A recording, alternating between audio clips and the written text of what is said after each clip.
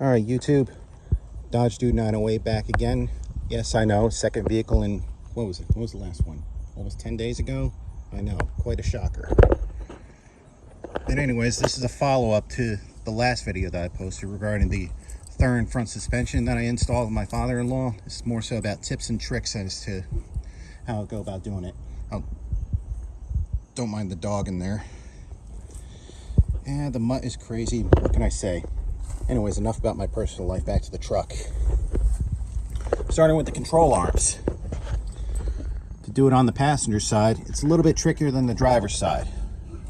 This top bolt right here, you're going to have to work around your exhaust to get to that one.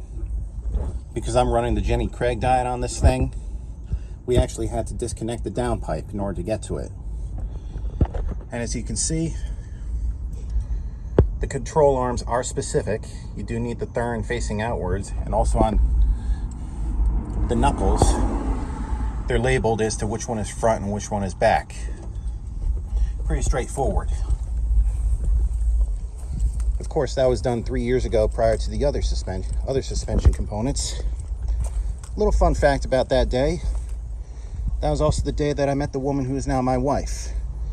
And back in June, we tied the knot. Anyways, move back to the truck again. Moving on to the coils. First thing you want to do is remove the shock tower. 3 bolts, and also the top shock nut, excuse me. And then you got the bottom shock mount nut. Your best to do it on both sides with the vehicle jacked up from behind the control arm, right about there. If you see where that little hole is, that's where you want to put your jack stand. And then, in order to get the coils out, what my father-in-law found worked best for us was to not only remove the sway bar links, but also the upper track bar bolt. You do that, you'll then be able to put your coils in. Of course, you need a little rubber spacer and the little shock tower ring thingamajig that goes in there.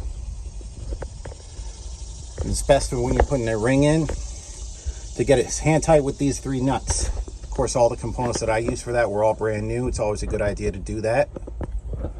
Then once you have your coils in, you can then put your shocks in and just reverse the process for the shock tower. Track bar was a bit of a pain in the ass. We actually needed a 3/4 inch drive in order to crack those nuts loose. Hang on a second, let me get a better angle. And of course, you have your jam nut there. When you're lifting your 10 to 12 trucks with the 3-inch springs, you're gonna wind up with approximately 2 7/8 inches of lift, which means that the track bar, as you can see it there, looks really good. Needs to be set to a length of 39 1/8 inch. And then you're gonna have to tighten that jam nut down. You gotta really crank out that thing, 200 foot-pounds, same with the mounting nuts in this thing. Active front sway bar wasn't too bad. Oh, back to the track bar. It also helps to disconnect your steering linkage too on this side. That way you can drop the steering arm down. That way you can have access to the bolt. And like I said, 200 foot-pounds on all those areas, and you're good. The sway bar wasn't too bad on the 10 to 12 trucks. You're going to want them oriented like this. On the 13s and above, it's different. I did originally have a steering brace on this thing. Had to take that off in order to get the sway bar on. No big deal. Like I said earlier, but I don't know if I ever said this, steering on the truck has never been better ever since doing all of this. And of course, when doing the shoestring alignment, after everything was buttoned up, the wheel pointed straight ahead. The wheels were turned slightly to the left upon inspection with the shoestring alignment that I did. So what you're going to want to do is adjust it from the upper part in order to get it where you want it.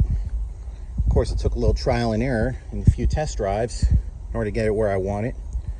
Still need to get it to a shop in order to get it aligned to Thuren specs. But bottom line is, I'm happy with it. Leroy's happy with it, and ooh, excuse me, had a burp there.